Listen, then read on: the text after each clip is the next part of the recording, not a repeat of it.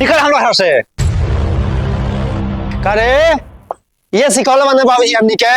रुक जाई देवर जी, जहिया ये घर में आइल है तहिया हम एकर माई से वादा कइला रहनी कि हमार छोट बहिन हवे। आज एकर पे हाथ उठाओ तनी। अरे मेहरारू दहेज में सामान लावे चाहे ना लावे, लेकिन अपन इज्जत मान सम्मान जरूर ले आवेली। भाभी तू नहीं जानती कि का कहले बिया। अगर जान जी बुना तो तू खुद लात मार के घर से भगा देबू कर।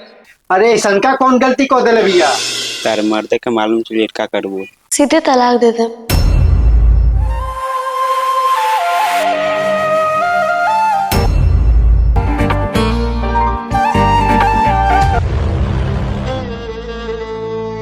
हमके माफ कर दे, आपसे ऐसी गलती ना करब।